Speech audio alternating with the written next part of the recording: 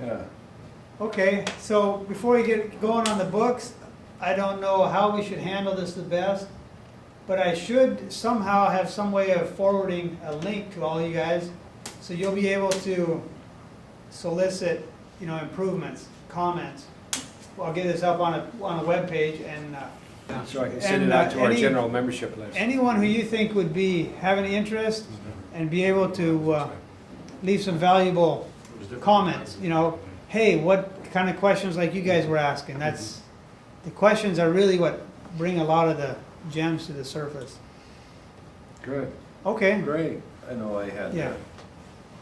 he did some stuff on the house out here for New Tradition. They put some stuff all the way around it, some gingerbread on it. Mhm. And part of it actually was supporting a roof, And I had never really been around it a lot, the gingerbread part. I didn't know who was doing it or anything, and so I called a meeting for it. And then remember we met out Yeah. there?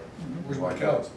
Well, and I'm like, hey, we're holding up a roof, I gotta know what's going on here, what are we screwing it on with, because it was done. And so he come out and he showed me kind of a drawing of how it all worked. And it showed me how it was clavestin and stuff, and I just went, yeah, it looks good. It was overbuilt max, so you could Yeah. tell, so. But at first I was a little skeptical too, I thought, Well, you you just got a could, little wood screw behind here, what's going on? right, he couldn't see that the bottom was more in, yeah. Yeah, So you don't have problems? It was with such a those? tight fit, yeah. I went to Exactly, a, that was it, it was such a tight fit. So you don't have problems with those, when you go in that tongue roofing, you don't have an issue with that, or that mortise in there, you don't have problems with those shearing off? Oh, with enough force, anything will shear. Yeah. And that's where you have to calculate how much meat do you leave on the tenon. You're looking at, you've got your perpendicular to grain where the mortise is, your parallel to grain where the tenon is, and So you're it's gonna gonna pull apart? maximize that. You don't wanna make your tenon 2 times stronger than your mortise. Did really good, Right. yeah. I went out on the field on one a week ago or whatever, and this is kind of typical. I've seen the other ones too. This one was in Washougal. It's like about 10 acres. You got to drive, I don't know, quarter mile or a half a mile to get just to the site, and it's right on a hill, and it's got 180-degree view of the river. But the house is pretty good size. But the most impressive part of it is, they got this entryway living room area, this big, high-pitched roof that's all done in this timber frame. But you got these timbers that some of them are like 15 by 15 solid timbers.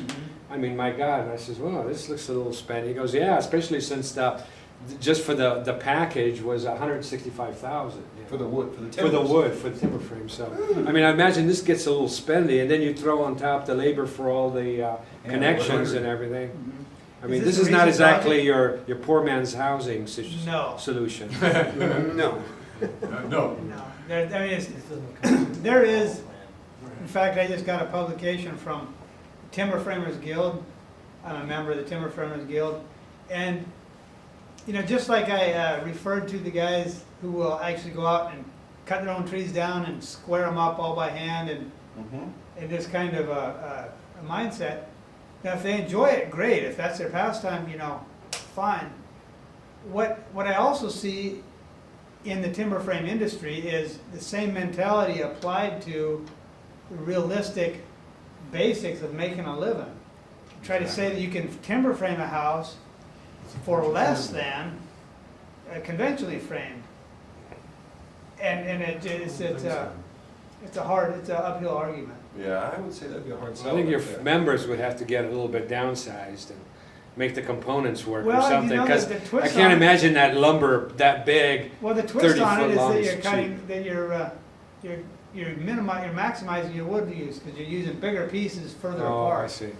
But hell, you'd have to use an old growth tree to get some of those pieces out of there. Yeah, there's Yeah. it's Well, it's not gonna be your standard dingbat frame that way, No. Lou. No. no, and there is cost-effective ways to do it, Yeah. and it doesn't all have to be like the ultra affluent package. Have you done any barns, old-fashioned barns for anybody? Yeah, I did. One in it was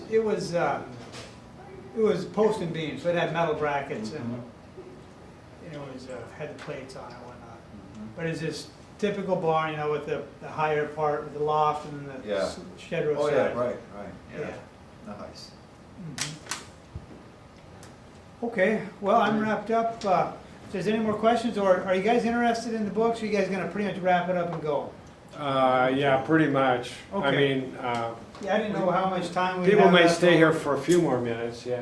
Luke, can I talk about this? Oh, yeah, go ahead, Ken has, anyway, I'd like to thank you Yeah, for you bet. giving us this presentation. Thank you for the effort, and I'll make sure I pass along the link. Okay.